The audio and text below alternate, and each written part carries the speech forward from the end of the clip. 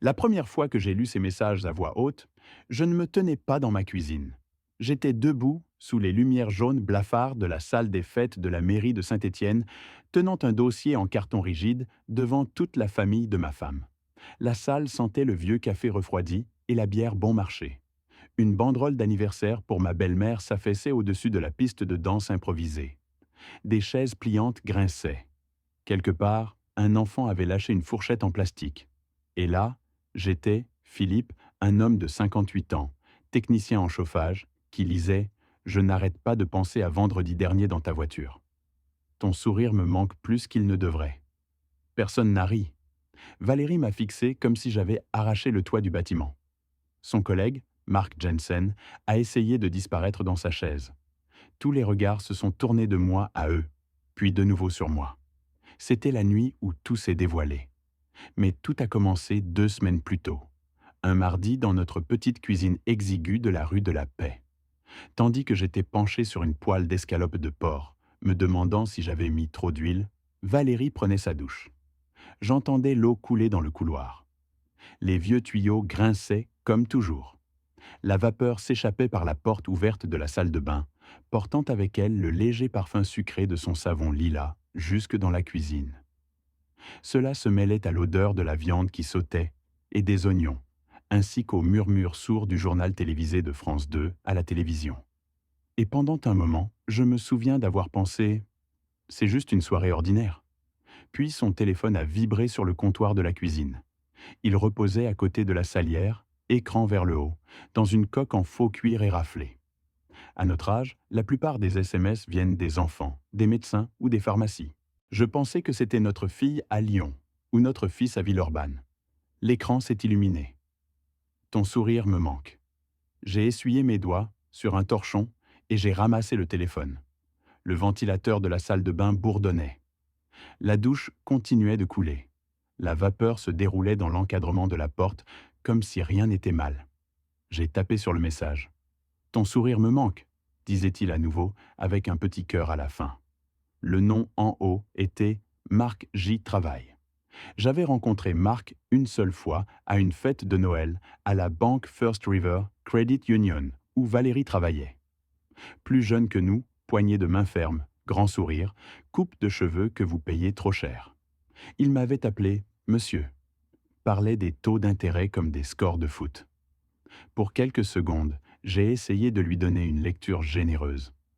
Peut-être que c'était une blague. Peut-être du badin au bureau. Peut-être que j'étais dramatique. Puis, le téléphone a vibré à nouveau. Je n'arrête pas de penser à vendredi dernier dans ta voiture. Vendredi soir, elle m'avait dit qu'elle restait tard pour clôturer les rapports de fin de mois.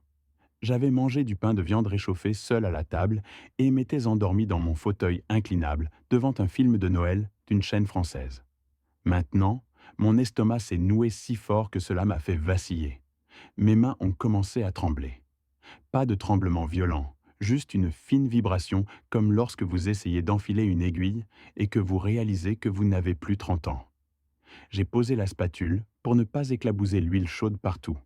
La douleur est venue d'abord, aiguë et stupide. La colère est venue juste derrière.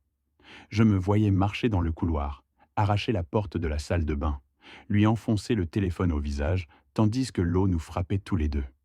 Mais quelque chose d'autre s'est glissé à la place. Un calme froid et focalisé, le même sentiment que j'éprouve quand je fixe une chaudière morte en janvier. Vous pouvez paniquer ou vous pouvez basculer le commutateur sur manuel et affronter le problème.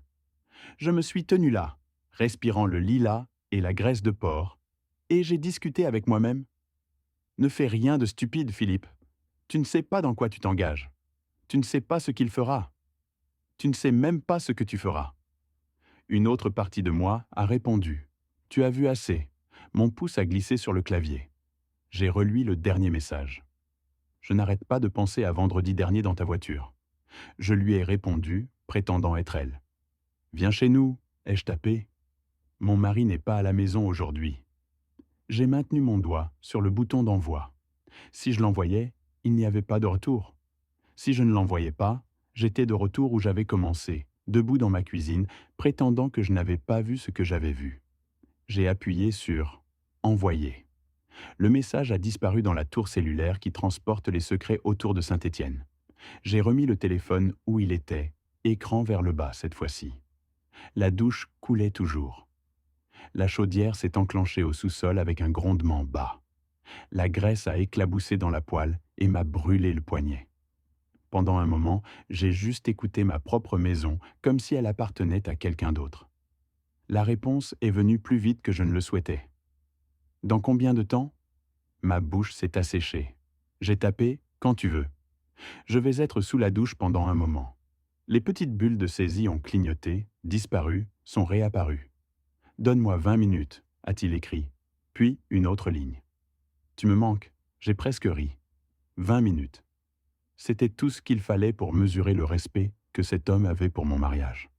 Le respect que ma femme avait pour lui. J'ai baissé le brûleur, couvert la poêle et mis la fourchette de côté. Mes mains tremblaient toujours, mais maintenant c'était parce que je retenais tout. Chaque partie de moi voulait exploser, de lancer le téléphone dans l'évier, de frapper à la porte de la salle de bain et d'exiger des réponses avec du savon dans ses cheveux. Je ne l'ai pas fait. À la place, j'ai marché vers le salon, éteint la télévision et me suis tenu à la fenêtre de devant en regardant notre rue tranquille. Le ciel d'hiver au-dessus de Saint-Étienne était plat et gris. Un voisin déchargeait les courses de sa camionnette. Rien n'avait l'air différent. Et pourtant, tout avait changé. La douche s'est arrêtée. Les tuyaux ont grincé. Un moment plus tard, j'ai entendu la porte de la salle de bain s'ouvrir et les pieds nus de Valérie sur le tapis du couloir. Elle fredonnait doucement un air qu'elle fredonnait toujours quand elle se sentait bien. J'avais autrefois aimé ce son. Elle a marché dans la cuisine dans son peignoir, la vapeur la suivant, et a souri comme si rien au monde n'était mal. « Ça sent bon », a-t-elle dit. « C'est les escalopes de chez Carrefour ?»« Oui », ai-je dit. Ma voix semblait normale. Cela m'a fait peur. Ce devrait être prêt bientôt. Elle m'a donné un baiser rapide et automatique sur la joue et a tendu la main vers son téléphone. J'ai regardé son visage quand l'écran s'est illuminé. J'ai vu la couleur s'échapper juste une teinte. Ses yeux se sont levés vers moi puis redescendus. Son pouce a commencé à se déplacer trop vite, comme si elle pouvait repousser tout le contenu dans l'obscurité si elle tapait juste assez vite. Avant que l'un de nous puisse parler, la sonnette a retenti. Le son a traversé mon corps comme un clou. Valérie s'est figée. Ses doigts se sont serrés autour du téléphone. Pour une seconde, elle avait l'air qu'elle pourrait être malade juste là sur le carrelage de la cuisine. « Je vais répondre », ai-je dit. J'ai à nouveau essuyé mes mains sur le torchon de cuisine, même si elles étaient sèches, et j'ai marché dans le couloir vers la porte d'entrée. Mon cœur battait assez fort pour faire mal. Je ne savais pas exactement ce que j'allais dire ou faire.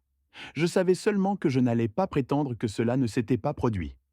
J'ai mis ma main sur la poignée, j'ai respiré profondément et j'ai ouvert la porte pour voir exactement qui manquait autant le sourire de ma femme pour se montrer à ma porte un mardi soir. Valérie se tenait derrière moi dans le couloir, figée dans son peignoir, dégoulinant d'eau sur le tapis. J'entendais sa respiration, courte et peu profonde, comme quelqu'un qui essayait de ne pas suffoquer. Elle n'a dit aucune parole, ni moi non plus. Le seul bruit était le bourdonnement de la chaudière derrière nous et le faible grincement des pneus alors qu'une voiture s'éloignait. J'ai lentement fermé la porte, sans la claquer, juste en la poussant doucement, jusqu'à ce que la serrure clique. Ce minuscule bruit semblait plus fort qu'un coup de feu. Quand j'ai finalement fait demi-tour, Valérie a fait un demi-pas en arrière, serrant son téléphone contre sa poitrine. « Philippe ?» a-t-elle chuchoté. « Quoi? Qu'est-ce que tu as fait ?» Je n'ai pas répondu tout de suite. Une partie de moi voulait crier, d'exiger des explications, de verser chaque once de douleur qui bouillait sous mes côtes. Mais quelque chose en moi refusait de lui donner ce pouvoir. Ma voix s'est avérée plus stable que je ne le sentais. « Je pense que tu le sais déjà », ai-je dit. Ses yeux se sont écartés vers le bas, puis vers la porte, puis de nouveau vers moi. « Tu ne comprends pas, il voulait juste... Ce n'est pas... » « Quoi, Valérie ?» ai-je dit, levant une main. « Ne... » Elle a fermé la bouche comme si le mot lui-même l'avait giflé. Pendant un long moment, ni l'un ni l'autre n'a bougé. La maison semblait trop petite pour nous deux. trop remplie de mensonges pour bien respirer. Elle a serré son peignoir plus fort, comme si elle avait froid. Mais le chauffage fonctionnait. Je pouvais le sentir sur mon visage. Enfin, elle a trouvé sa voie. Pourquoi tu lui aurais écrit? Pourquoi tu l'aurais trompé comme ça? J'ai presque ri. Tu l'as trompé, Valérie? Il a cru que tu lui demandais de venir. Il n'a pas hésité, pas même pour une seconde. Son visage s'est tordu avec la panique. Ce n'est pas comme ça. Tu le tordis. Nous discutions juste. Ce n'était... Valérie, ai-je dit à nouveau, plus doucement cette fois. Arrête de mentir. J'ai vu les messages. Elle s'est figée complètement comme si son cerveau avait heurté un mur et n'avait nulle part où aller. Ses yeux se sont remplis, mais elle n'a pas encore pleuré. Elle m'a juste regardé avec ce mélange de culpabilité et de peur et quelque chose d'autre. Peut-être du calcul, comme si elle testait quelle approche pourrait la sauver. Philippe, je suis désolé, a-t-elle chuchoté. Ces mots m'ont fait plus de mal que les messages. Ils sont venus trop vite, trop facilement. Une excuse devrait s'effondrer sous son propre poids. La sienne a flotté. J'ai marché devant elle vers la cuisine. Je ne voulais pas la regarder. Je ne voulais pas respirer le même air. Les escalopes avaient trop cuisiné. Maintenant, les bords se recourbaient dans la poêle. J'ai éteint la cuisinière, j'ai levé la poêle et je l'ai mise dans l'évier. Derrière moi, Valérie planait dans l'encadrement de la porte. « Pouvons-nous juste parler ?» a-t-elle dit. « S'il te plaît ?» « De quoi ?» ai-je demandé sans me tourner. « De quelle partie? Vendredi? Les messages de texte? Depuis combien de temps cela se passe-t-il ?» Elle a tressailli, peut-être même grimacé. « Philippe, j'ai fait une erreur. Je me suis finalement tourné pour lui faire face. Un message, c'est une erreur, ai-je dit. Toute une conversation, c'est une décision. » Sa gorge s'est bougée alors qu'elle avalait. Pour la première fois ce soir, j'ai vraiment commencé à la voir. Cheveux mouillés, peignoir noué mal, mascara maculé sous un œil à cause de la vapeur de la douche. Elle paraissait plus jeune que d'habitude, mais pas de manière flatteuse. Plus comme quelqu'un surpris au milieu de quelque chose qu'elle n'avait jamais pensé avoir à affronter. « Je ne voulais pas que ça aille si loin, » a-t-elle chuchoté. « Jusqu'où ça s'est rendu ?» ai-je demandé. Elle a cligné rapidement une fois, 2 fois. « Philippe, depuis combien de temps ?»« Je te le dis, dis-moi la vérité pour une fois. » Le silence s'étira entre nous. Elle a baissé les yeux sur ses mains. Elle a frotté son pouce sur le bord de son téléphone. Quand elle a finalement parlé, sa voix s'est cassée. « Quelques mois. » Je n'ai pas répondu. Je ne pouvais pas. Quelques mois. Pas un moment qui s'échappe, pas une nuit, pas un malentendu. Des mois. J'ai marché devant elle à nouveau, me dirigeant vers le salon. J'avais besoin d'espace. J'avais besoin d'air qui ne sentait pas la trahison. Elle m'a suivi, se serrant les bras. « Où tu vas ?» a-t-elle demandé. « M'asseoir, ai-je dit. Réfléchir. À quoi ? Je lui ai lancé un regard fatigué. À savoir si nous avons été mariés pendant 30 ans ou si j'ai juste te gardé confortable pendant que tu essayais quelque chose de plus neuf. Elle s'est arrêtée dans le couloir, sa main couvrant sa bouche comme si les paroles l'avaient physiquement frappée. Pour une seconde, je pensais qu'elle pouvait s'effondrer. Je me suis assis sur le fauteuil inclinable, les coudes sur les genoux, la tête dans les mains. Mon cœur a sauté dans mes oreilles, lourd et inégal. Je n'étais plus en colère. Pas le genre bruyant, juste creux, comme si quelque chose avait creusé l'intérieur de ma poitrine. Valérie se tenait dans l'encadrement de la porte me fixant. « Philippe, s'il te plaît, dis quelque chose. Crie après moi si tu dois. Ne t'assieds pas juste comme ça. » « Je ne veux pas crier, ai-je dit. Je ne veux pas être comme ça. Je veux juste la vérité. »« Je t'ai dit la vérité, » a-t-elle chuchoté. « Non, » ai-je dit en levant les yeux vers elle. « Tu m'as dit le minimum que tu pensais que tu pouvais me dire pour te sauver. » Elle a ouvert la bouche, fermée. Elle l'a ouverte à nouveau, puis elle s'est détournée, s'essuyant la joue du dos de sa main. Cette nuit-là, elle a dormi dans la chambre d'amis. Je l'ai entendue pleurer derrière la porte, tranquille mais constant. Et au lieu de la réconforter comme je l'ai fait pendant des décennies, je me suis assis sur notre vieux ordinateur de bureau, j'ai ouvert un document vierge, et j'ai commencé à écrire tout en bas, les heures, les dates, les détails. Non pas parce que la vengeance était facile, mais parce que je savais que ce serait difficile. Je n'ai pas beaucoup dormi cette nuit-là. Chaque fois que j'ai fermé les yeux, j'ai revu ces messages. De petits morceaux brillants d'une vie que je ne savais pas que ma femme vivait. Vers 2 heures du matin, j'ai arrêté de prétendre et je suis allé m'asseoir à la table de la cuisine avec une tasse de vieux café que j'avais réchauffé au micro-ondes. La maison semblait différente maintenant, trop tranquille, trop consciente d'elle-même, comme si elle savait que quelque chose s'était fissuré dans ses murs. Vers 7 heures, Valérie est partie au travail sans dire grand-chose. Elle planait dans l'encadrement de la porte avant de partir, son sac à main suspendu à son épaule comme un poids. Pouvons-nous parler plus tard a-t-elle demandé, sa voix petite. Peut-être, ai-je dit. Elle est partie. La porte s'est fermée. Le silence qui a suivi semblait final. J'ai fixé l'ordinateur portable qu'elle avait laissé dans le salon. Il n'était pas verrouillé. Elle n'avait jamais eu besoin. Je ne voulais pas l'ouvrir. Je ne voulais pas être l'homme qui fouille dans les fichiers de sa femme comme un adolescent jaloux. Mais je n'allais pas non plus être l'homme qui a mis sa tête dans le sable. J'ai la portée à la table de la cuisine et j'ai ouvert le clavier. Pour un moment, tout ce que j'ai vu était son économiseur d'écran. Nos enfants à un lac dans le Wisconsin il y a 20 ans. 2 adolescents riants qui croient toujours que le mariage de leurs parents signifiait quelque chose de solide. J'ai cliqué dans son Gmail. Ils y étaient, des douzaines de messages, certains longs, certains courts, certains qui semblaient innocents. Mais sachant ce que je savais, chaque ligne semblait pointue.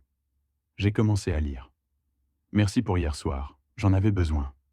Je ne peux pas arrêter de penser à toi dans ce pull rouge. Tu avais l'air incroyable. J'aimerais que tu n'aies pas à rentrer si tôt. Et celle qui m'a coupé le souffle. Un jour, nous n'aurons pas à nous cacher. Un jour. Mon estomac s'est tordu. J'ai cliqué sur leur calendrier Google partagé. Les lundis marqués, fermeture des rapports en retard.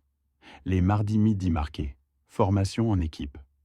Une poignée de samedis libellés, courses, ce que je voyais maintenant comme tout sauf ça. Chaque découverte était un coup de poing. Chaque horodatage, un battement de cœur disant « Tu n'étais pas fou. Tes instincts n'étaient pas erronés. Tu avais raison de ne pas faire confiance au silence. » Je me suis penché en arrière, fixant l'écran. La douleur et la colère ont tourbillonné ensemble, mais sous elle, quelque chose de plus régulier a commencé à se former. Un plan, pas par impulsion, pas par rage, mais d'un lieu de clarté froide. Je n'allais pas crier. Je n'allais pas la jeter dehors. Je n'allais pas me faire arrêter pour faire un choix stupide au cœur du moment. J'allais m'assurer que la vérité se révèle d'une manière que personne ne pouvait tourner. Mais d'abord, j'avais besoin de conseils. J'ai conduit au centre-ville pour voir un avocat, maîtresse Evelyne Mercier, avocate spécialiste en droit de la famille. Un petit bureau de briques près du palais de justice de Saint-Étienne. Sa réceptionniste, une femme dans ses années 60 avec des lunettes de lecture sur une chaîne en argent, m'a donné un regard sympathique alors qu'elle me tendait un presse-papier. Maîtresse Mercier elle-même était calme et directe. « Prenez votre temps », a-t-elle dit. « Dites-moi ce que vous avez découvert. » Je lui ai tout dit, les messages, la douche, la sonnette, l'expression sur le visage de Valérie. Maîtresse Mercier a écouté sans broncher, acquiesçant lentement comme si elle avait entendu une version de cette histoire plus de fois qu'elle ne l'aurait souhaité. Quand j'ai terminé, elle a croisé ses mains. « Philippe, je sais que vous souffrez, mais vous pensez clairement, et c'est bon. Vous devez rester de cette façon. » J'ai acquiescé. « Vous avez besoin de documentation, » a-t-elle dit. « Des captures d'écran, des emails, des dates, tout ce qui établit un schéma.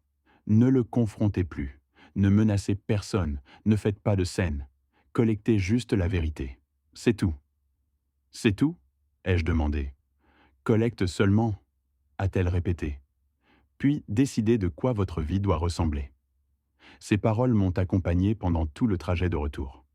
À mon retour sur l'allée de la rue de la Paix, une idée s'était formée.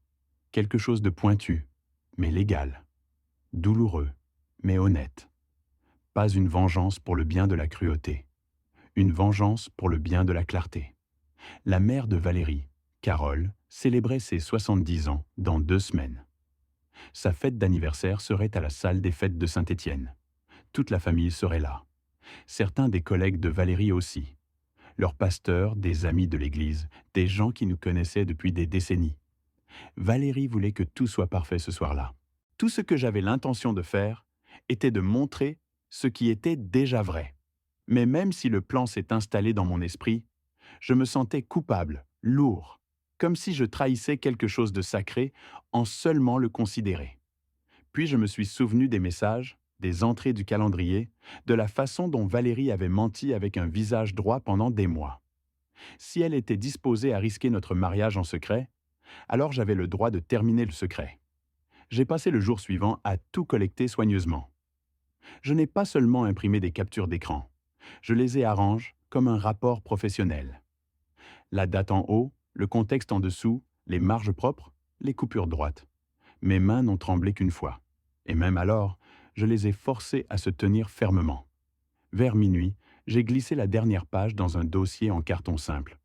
Pas d'étiquette, pas de décoration. Simple, direct, tout comme la vérité elle-même. Mais cela ne veut pas dire que c'était facile. Je me suis assis à la table avec le dossier devant moi, le fixant comme s'il était une arme chargée. Une partie de moi voulait le repousser dans un tiroir, le brûler, prétendre que rien de tout cela ne se passait, prétendre que la trahison n'était pas réelle. Mais la vérité était restée lourde dans ma poitrine. Quand Valérie est rentrée du travail ce soir-là, elle s'est tenue dans l'encadrement de la porte comme si elle avait peur d'entrer dans notre propre maison. « Philippe », a-t-elle dit doucement, « pouvons-nous parler ?» Je l'ai regardée, vraiment regardée. La femme que j'avais construit une vie avec. La femme qui serrait une fois ma main aux pièces de théâtre scolaires de nos enfants. La femme qui, quelque part le long du chemin, oubliait que j'étais suffisant. « Pas maintenant », ai-je dit. Pour un moment, elle a semblé soulagée, comme si « pas maintenant » signifiait peut-être plus tard. Peut-être que je te pardonnerai. Elle ne savait pas ce qui était assis sur la table entre nous. Et elle ne savait pas à quel point j'ai dû m'approcher dans ce moment de jeter tout le plan loin, de la laisser se radoucir, de me laisser croire que nous pourrions rapiécer des trous aussi profonds. Mais je ne l'ai pas fait parce que, au fond, je savais quelque chose. Recommencer allait être difficile, mais rester aurait été plus difficile. Je ne m'attendais pas à ce que la salle des fêtes soit aussi petite. Sur le trajet, je me disais constamment que j'étais prêt. J'avais le dossier coincé sous mon bras, ma chemise repassée, ma respiration régulière. Mais la seconde où je suis entré dans l'air chaud et bruyant et chili de la salle des fêtes de la mairie de Saint-Étienne, une vague de doute m'a frappé si fort que j'ai presque fait demi-tour et j'ai marché de retour à ma camionnette. Les gens étaient là partout. Les enfants courant entre les chaises pliantes, les hommes en casquette de vétérans se tenant autour des plats cuisinés, les femmes arrangeant les nappes en plastique et les assiettes en papier. Quelqu'un avait mis un gâteau énorme avec « Joyeux 70e anniversaire Carole » en glaçage rose. Ce n'était pas une foule sans visage. C'étaient des gens qui connaissaient Valérie et moi pendant 30 ans. Des gens qui nous envoyaient des plats cuisinés quand notre fils s'était cassé la jambe. Des gens qui nous embrassaient à l'église. Des gens qui pensaient que nous étions solides. Et soudain, j'ai senti comme un intrus dans ma propre vie. Valérie m'a vu entrer et s'est arrêtée à mi-pas comme si son cerveau ne savait pas comment me traiter. Son sourire s'est fliqueré, poli et cassant. « Philippe » a-t-elle dit, lissant sa robe. « Tu l'as fait. »« Oui » ai-je dit. Je ne voulais pas manquer la grande nuit de Carole. Ses yeux ont brièvement baissé vers le dossier en carton. Elle a pâli juste un peu. Pas assez pour que quelqu'un d'autre le remarque, mais je l'ai vu. « Philippe, peut-être que nous devrions… » « Plus tard, ai-je dit. C'est la nuit de ta mère. Ne faisons pas de scène. C'était la vérité et aussi pas la vérité. Je n'étais pas venu ici pour causer du chaos. Je suis venu ici parce que le chaos avait déjà vécu dans ma maison pendant des mois et il était temps que tout le monde le voie. Mais cela ne veut pas dire que je n'avais pas peur. J'ai participé au bord de la pièce, regardant les gens rire et discuter. Les tasses en papier remplies de bière ou de punch faible. Les lumières fluorescentes bourdonnent. Le drapeau américain dans le coin s'est affaissé sur le podium en bois. La marmite sentait comme du chili, de la saucisse fumée et du vieux café brûlé dans le fond d'une cafetière percolateur. Mes paumes transpiraient. Mon battement cardiaque frappait contre mes côtes dans un rythme rapide et inégal. « Qu'est-ce que tu fais, Philippe » Une voix dans ma tête a chuchoté. Ce n'est pas toi. Tu n'humilies pas les gens. Tu ne traînes pas les affaires privées en public. Peut-être qu'il avait raison. Peut-être que je devais avoir retiré Valérie à part, lui donner le dossier et partir. Pas de spectacle, pas d'audience, juste une rupture propre. Puis je l'ai vu.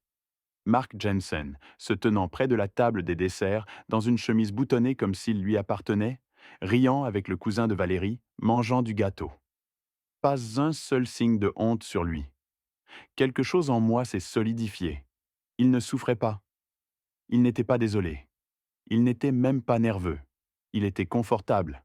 Et à ce moment-là, ma peur s'est transformée en but. Pas la rage but. Un but.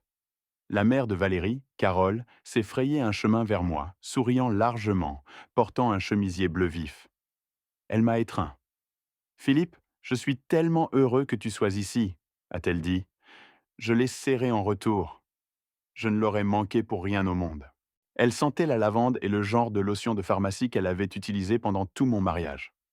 Plus j'ai regardé autour, plus c'est devenu clair. Ces gens n'étaient pas étrangers à la vérité. Ils méritaient de la connaître. Valérie les avait tissés dans une histoire qui n'était pas réelle. Une histoire où elle était fidèle. Une histoire où j'étais oblivieux. Si elle ne respectait pas la vie que nous avons construite, le moins que je puisse faire était de respecter les gens en elle, en ne les laissant pas vivre dans un mensonge. Quand le dîner s'est terminé, la discussion s'était adoucie. Les refills de café se sont ralentis. Les assiettes en papier ont commencé à s'empiler près des poubelles. Une playlist de musique country bourdonne sous le bruit. C'était mon moment. J'ai marché vers le podium. Mes jambes se sentaient lourdes, rigides. À mi-chemin, le doute m'a frappé à nouveau, pointu et soudain. Je n'étais pas un homme dramatique. Je n'aimais pas l'attention. Je ne voulais pas de pitié ou d'applaudissements, ou de chuchotements. Je voulais juste la vérité. J'ai tapé une cuillère contre une tasse en plastique. Ting ting ting. La pièce s'est calmée. Quelques personnes ont tourné leur chaise. Quelqu'un a dit à ses enfants de s'asseoir. Valérie s'est figée près de la table à boire. Marc a mis sa fourchette soigneusement comme s'il voulait fondre dans sa chaise. « Bonsoir, tout le monde !» ai-je dit, me raclant la gorge. « Je ne prendrai pas beaucoup de votre temps. » Ma voix a tremblé sur la première phrase. Pas beaucoup, mais assez que je l'ai entendue. Assez pour avoir dû déglutir dur avant de continuer. Nous sommes tous ici pour célébrer Carole ce soir. 70 ans. C'est quelque chose qui vaut la peine d'apparaître pour. Les gens ont murmuré un accord. J'ai regardé Carole puis revenir à la pièce. Je veux aussi parler d'honnêteté. L'honnêteté que nous devons aux gens qui nous aiment, les gens qui nous font confiance. Mes mains tremblaient à nouveau, cette même fine vibration. J'ai stabilisé le dossier contre le podium. Valérie et moi, nous avons été mariés 30 ans, ai-je dit, et je pensais que je devais aux gens qui nous connaissent de partager quelque chose que j'ai récemment appris. J'ai ouvert le dossier. Valérie a haché de l'air. Ce n'était pas fort, mais dans la pièce silencieuse, c'était pointu comme un couteau. J'ai lu le premier message. Ton sourire me manque. Un ondulation a traversé la foule. Valérie a fait un pas en avant. Philippe, s'il te plaît, ne fais pas ça. S'il te plaît, ne fais pas ça. J'ai continué à lire. Je n'arrête pas de penser à vendredi dernier dans ta voiture. Quelqu'un a dit « Oh mon Dieu !» J'ai lu les horodatage, les dates, les déjeuners, les vendredis soirs. J'ai gardé ma voix niveau, stable, comme j'explique une chaudière cassée à un client. Le visage de Marc s'est tourné blanc fantôme.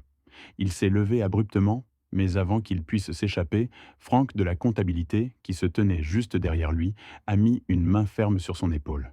« Restez assis !» a dit Franck tranquillement.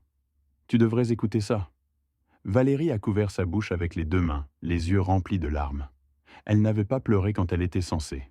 J'ai fermé le dossier. « Ce n'est pas une vengeance, ai-je dit, bien que ma voix se soit cassée. C'est une clarté. Si vous voulez savoir ce qui s'est passé dans mon mariage, maintenant vous le faites. Et si vous avez jamais vous demandé si le silence est plus facile que la vérité, prendre de moi. Ce n'est pas le cas. » La pièce a retenu son souffle. J'ai reculé du podium. J'ai ramassé le dossier et j'ai passé près de la table à manger. Carole, bénie soit-elle, a tendu la main et a touché mon bras. Ses yeux étaient mouillés. Philippe, a-t-elle chuchoté, je suis tellement désolé. Je me suis penché vers elle et ai dit doucement, joyeux anniversaire, Carole. Je devais faire cela avant de pouvoir célébrer autre chose. Puis j'ai marché hors de la salle des fêtes dans la froide nuit d'hiver de Saint-Étienne, mon souffle se brouillant l'air, mes mains tremblant toujours, mais pour la première fois en moi, mon cœur régulier. Je me suis assis dans mon camion à l'extérieur de la salle des fêtes pendant un long moment, avec le moteur éteint, regardant mon souffle se brouiller le pare-brise. Les lumières du bâtiment ont versé sur le parking couvert de neige, jaune et instable, comme si le monde à l'intérieur tremblait toujours à partir de ce qui venait de se passer. Mes mains ne tremblaient en plus. Ils se sentaient vides à la place, comme si tout ce que j'avais retenu pendant des mois avait finalement levé, laissant derrière un calme qui ne faisait pas mal. Je ne suis pas rentré à la maison ce soir-là. Je n'en voulais pas. La maison semblait contaminée d'une certaine manière, imprégnée du genre de silence qui prétend être normal, jusqu'à ce que vous sachiez ce qui est dessous. Alors j'ai conduit à Villeurbanne chez mon fils Luc. Il a ouvert la porte en jogging et un t-shirt de son équipe de football locale. « Papa ?» a-t-il dit, confus. « C'est tard. »« Je sais, » ai-je dit. « Puis-je rester quelques jours ?» Il n'a pas demandé pourquoi. Il n'avait pas besoin de. Il a juste fait un pas de côté et m'a laissé entrer. Son sous-sol est devenu ma salle après ça. Un vieux canapé, le bourdonnement d'un petit réfrigérateur, une lampe qui scintillait si vous respirez sur elle d'une certaine manière. J'ai dormi mieux là-bas que je n'avais en des mois.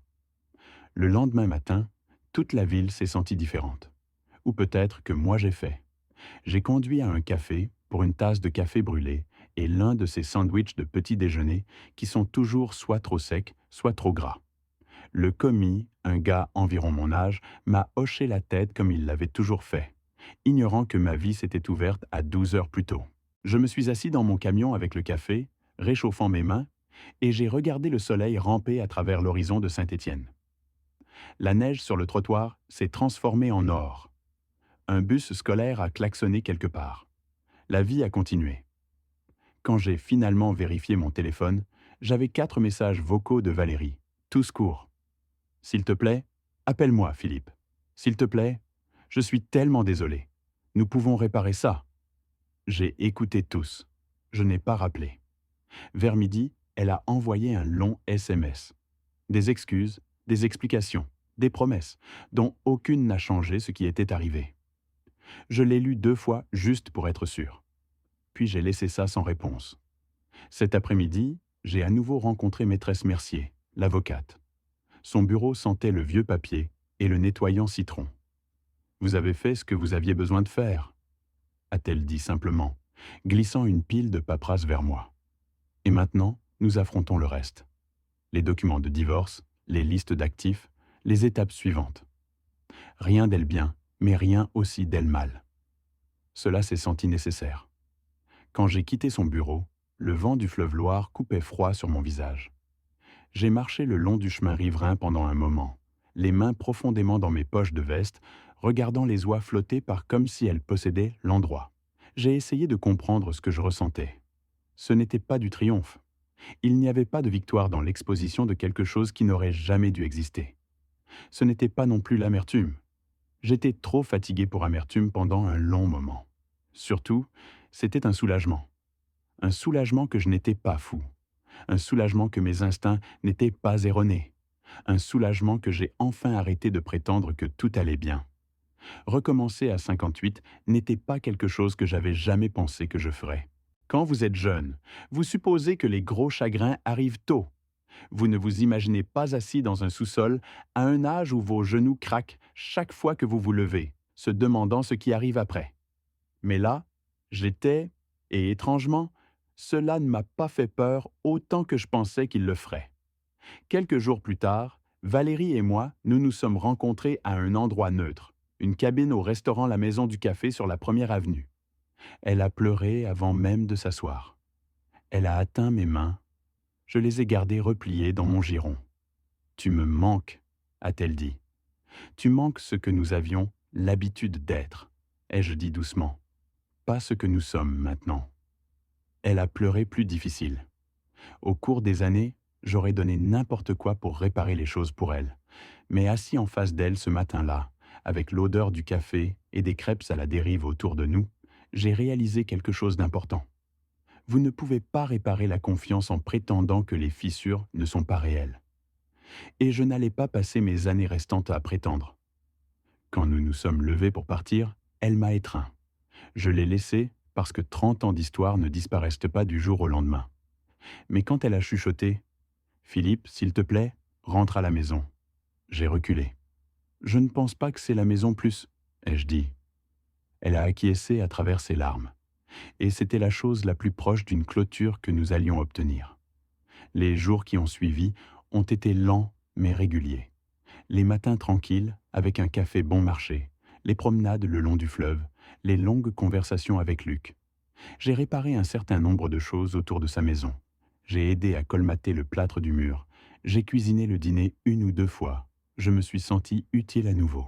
Certains soirs, je serais assis dehors, regardant le ciel s'assombrir sur le quartier, pensant à la façon dont la vie est étrange, comment elle peut tomber en morceaux et pourtant continuer. Comment un homme peut perdre tout ce qu'il pensait, était certain, et encore une fois, respirer plus facilement après. Une nuit, Luc s'est assis à côté de moi sur les marches arrière. « Ça va, papa » a-t-il demandé. J'y ai pensé. « Je vais mieux » ai-je dit.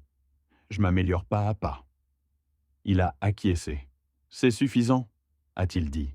Et il avait raison. Personne ne rebondit du jour au lendemain.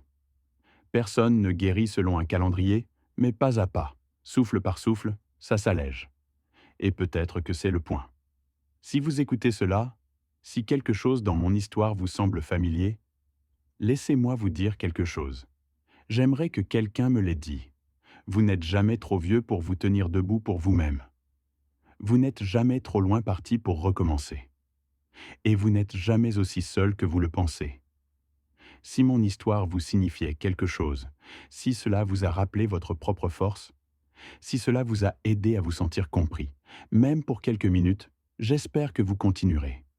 Je partage des histoires comme celle-ci parce que nous, les gens de notre âge, méritons d'être entendus aussi. Et si vous voulez plus d'histoires de vérité, de seconde chance, et les gens trouvant leur chemin à travers les parties difficiles de la vie, allez de l'avant et cliquez pour me suivre.